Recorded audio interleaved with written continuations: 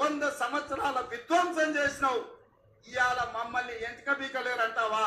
మా కాంగ్రెస్ పార్టీ కార్యకర్తలు అనుకుంటే నీ ముట్టి మీద డ్రాయర్ కూడా ఉండదు పీకడం మొదలు పెట్టే బిడ్డ.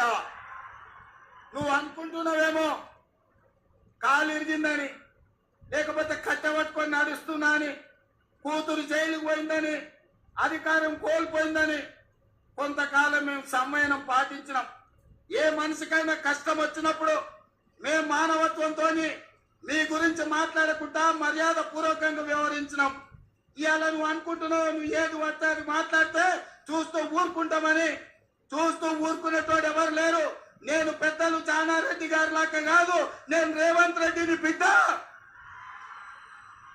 అంగిలాగు ఊడదీసి నువ్వు మాట్లాడే లత్కోర్ లభంగ మాటలకు చెర్లపల్లి జైల్లో చిప్పకూడు తినిపిస్తా బిడ్డ. నువ్వు అనుకుంటున్నావేమో